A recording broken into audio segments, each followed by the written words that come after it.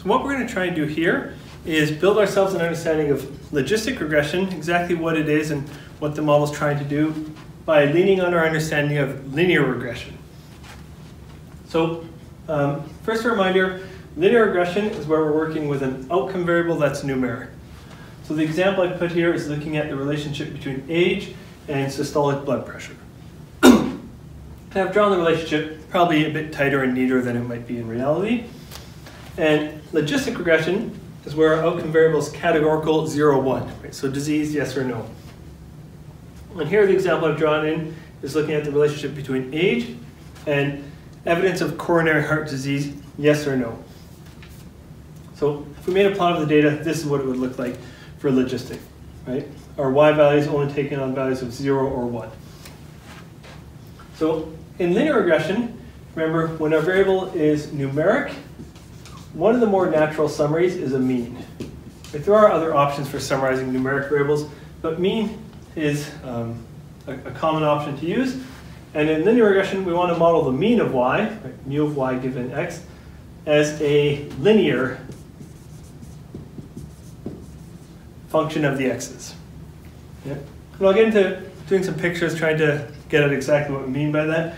It's not a very complicated statement, but I want to break it down and try and show some things. For logistic regression, remember, when we have a categorical outcome, we can summarize this using a proportion, or we can think of it as a probability. Right? What proportion have coronary heart disease, or what percentage, or what's the probability of coronary heart disease? And we're going to want to model that. We're going to want to model what's the probability of coronary heart disease, or the probability of y equaling 1, as a function of the x's. And we're going to do it as a logistic function of the x's, not a linear one. And I'll show you what I mean by that in a moment. Okay, so if you think, when we're working with linear regression, we're fitting a line right through this data, and that line is trying to describe what's the mean of y, right? What's the average y value given the x? Now, while the model doesn't do this, our brains think a bit better in discrete data rather than continuous. So what I want to do is show you this here. Let's imagine if we broke this data up into discrete groups. Okay, so just group A, B, C, D, E, and F. Okay. Then what we can think is going on in linear regression conceptually is within group A, right, here's the y values, the mean y is roughly there, right, the mean of y for group A. Within group B, the mean of y is roughly here. Within group C, let's say it's there. Within group D, here's the mean, group E, and group F. Now, when we fit the regression line, we can think of it essentially as trying to pass through those means. Right? That's what this is trying to describe.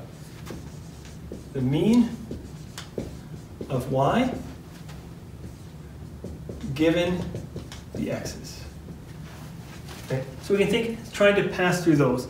Now, what I've drawn here is on a kind of discrete or categorized scale. It's actually passing through it on a continuous scale, but conceptually that's what linear regression is trying to do. Right? It's trying to describe this set of means, but on a continuous scale.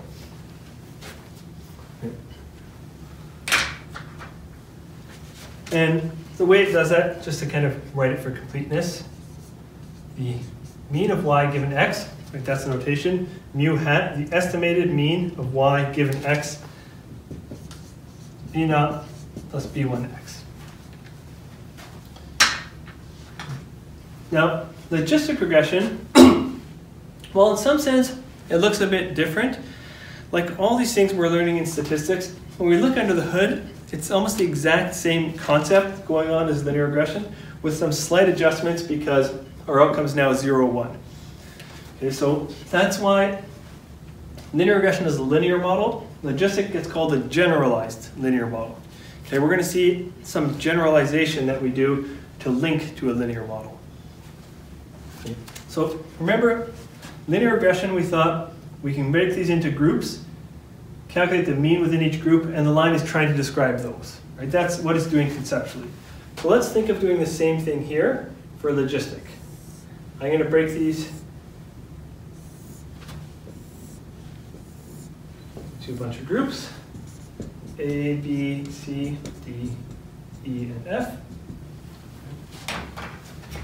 Now, if you remember, here our outcome is categorical, like disease, yes or no. So rather than calculating a mean, we're going to calculate a proportion or probability.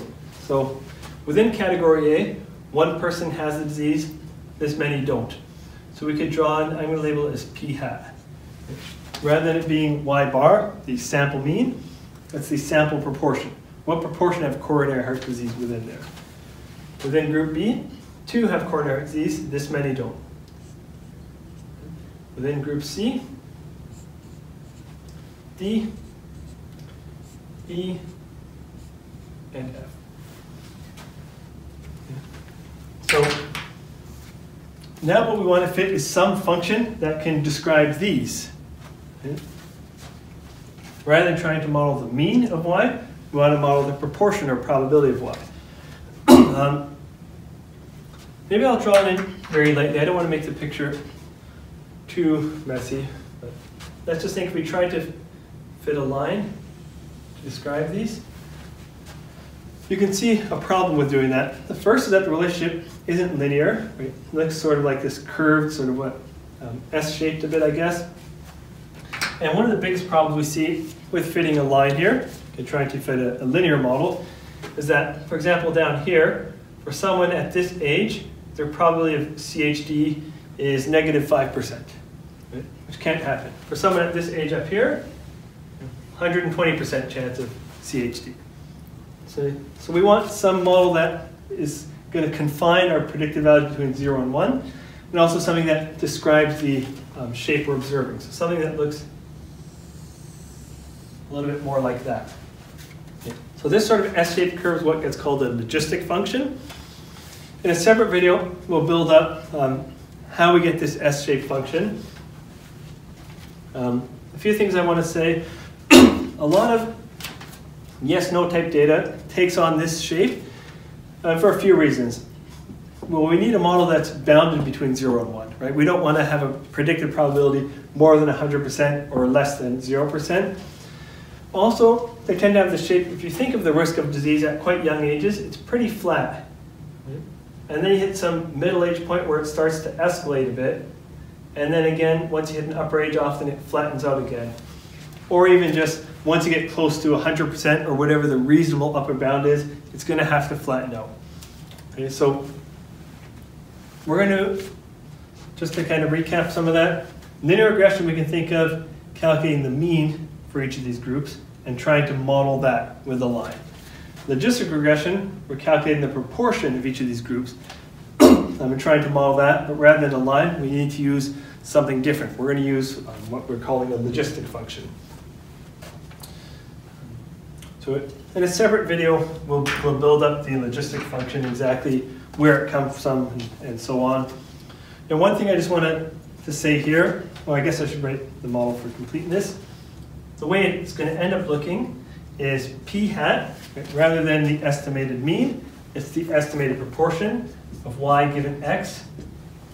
And the function that's going to create this logistic function, or this S-shaped curve, is E to the B naught plus B1X over 1 plus E to the B naught plus B1X. And we'll build that up in a separate video. The final thing I wanted to say here is in terms of the notation I'm going to use. So this P hat of Y given X, right? You can see it's the same structure of notation here. This is the probability that Y equals 1 given the X's. What's the probability of the disease given the X variables? And I'm often going to end up being sloppy and just writing it as P. Okay, just so we don't have too much notation going on, it's not notation overkill. So I'm going to drop the Y given X, although that's going to be implied. Right? We're estimating the probability of the disease given the X variables. And I'm also often going to drop the hat, which from a notation perspective is incorrect, right? The hat indicates it's our sample estimate of the proportion, right? Technically with notation, P is the true or population proportion, which was never known. But quite often when I'm writing it, just because there's so many other things going on, I tend to trim off some of the notation. But I want to say this now, so I have my disclaimer. When I'm writing P, I'm implying it's the estimated probability of Y given the X variables.